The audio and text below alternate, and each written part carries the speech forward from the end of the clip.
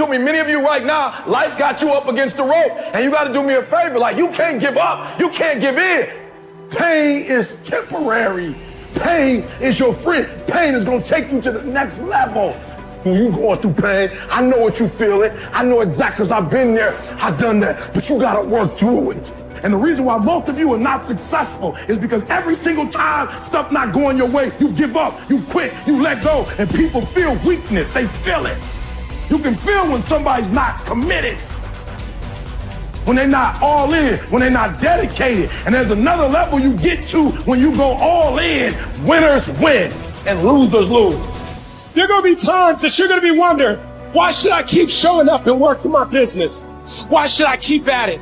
Why should I keep showing up to the conventions? Why should I keep picking up the phones and making the phone calls? Why should I keep fighting for my goals and fighting for my dreams? And what I want to remind you is that you got to show up for your life regardless of the circumstances. You got to show up in spite of the naysayers. You got to show up in spite of the conversation going on in your mind. You got to show up for your life, because if you don't, nobody else will. If you want unreasonable results in your life, you've got to be willing to be unreasonable. Part of being unreasonable, you don't judge according to appearances. Part of being unreasonable, you can see it because you believe it.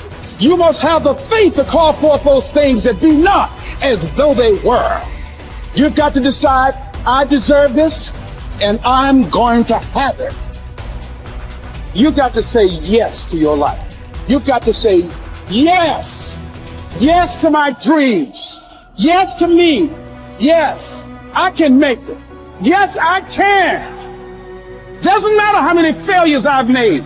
Doesn't matter how many mistakes I've endured. Doesn't matter about my defeats. Doesn't matter about what I've done.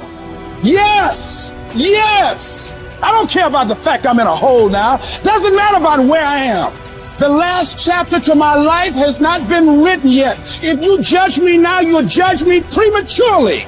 I'm still in the process of transforming my life. I'm still in the process of becoming. Yes. The brilliance of Thomas Edison was not in his mind. It was something much more ordinary and often much less respected. I've got no imagination, he once said. I never dream. I've created nothing. If you're someone who doesn't like Edison, you might think that this is Edison admitting to stealing his inventions from other, more brilliant inventors, like Nikola Tesla. Not quite, but he did readily concede that most of the credit belonged to something other than his brain. The genius hangs around his laboratory day and night, Edison said. If anything happens, he's there to catch it. If he wasn't, it might happen just the same. Only it would never be his. What he's talking about is showing up. The incredible, underrated power of clocking in every day, putting your ass in the seat, and the luck this seems to inevitably produce.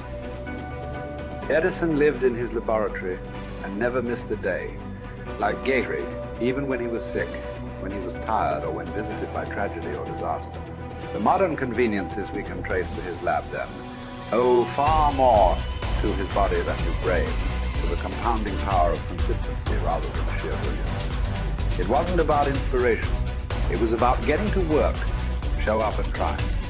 Get on the treadmill, pick up the violin, script out some sequence, reach out to some clients, read some reports, lift a couple weights, jog 1 mile, cross one thing off the to-do list, chase down a lead. It doesn't matter what it is. All aspects of our life benefit from this circumscribed kind of living. Just as long as you do something every day, that is the important thing. Show up.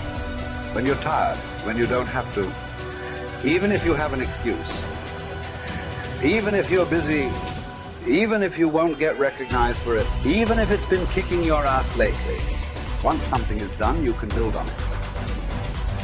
Once you get started, momentum can grow.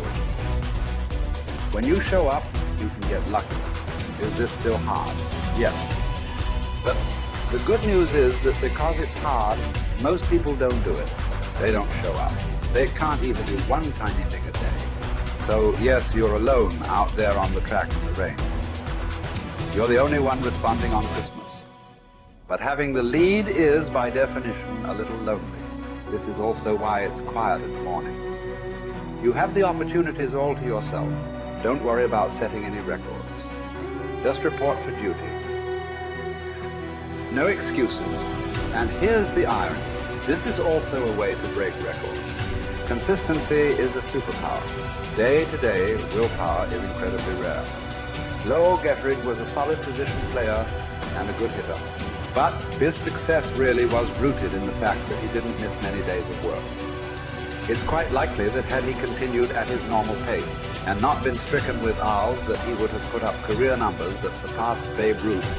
Gettrig wasn't just able to show up despite injuries and fatigue. He also had to push through ennui, doubt, and just plain not feeling it. He had slumps like we all do, but he also understood what they meant. As a minor leaguer, he had struggled at the plate and thought about quitting. The Yankees' owner sent down a scout to walk Gehrig through the very basic math of a batting average. A good hitter hits 300, and hitting 350 is terrific. Hitting 400 is almost unheard of. What does that translate to? Missing on 6 tries out of 10. A hitter can also go days, weeks without touching the ball. That's what the scout told him. The most important thing a young ball player can learn is that he can't be good every day. You don't have to always be amazing. You do always have to show up. What matters is sticking around for the next at-bat. The ability to do that, coupled with the ability to endure what John Steinbeck called dawdly days while writing Lisa Deep.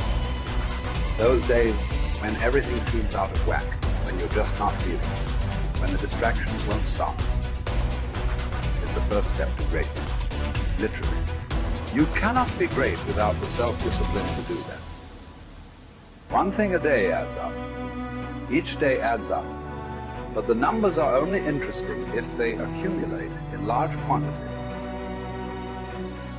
You guys that are just getting started, you're not going to start right here. You're going to start down there, probably in another city, another town. I grew up in Lake Charles, Louisiana, no money, raised by a single mother. I was in debt at 25 years old. First thing that I had to do in my life was not learn a new skill. First thing I had to do to get my life moving in the right direction was self-development. It is vital. It was vital for me that I improved myself and I could start depending upon me. I had to show up every day with some rituals, some disciplines, and start getting myself to trust me, not trust others, but trust myself to do the right thing every day. One of the things that I started doing was beating the sun up every morning. I'm going to beat that sun up every morning so that I have the discipline and the control over my life. So I knew, hey, before that thing pops, I'm going to pop. I'm going to get out of bed, depend on myself, get up at the same time every day. And for me, that time, regardless of where I was beat that sun up. No matter where I am, I'm going to beat that thing up. So it gives me a sense of control over my own life. Second thing,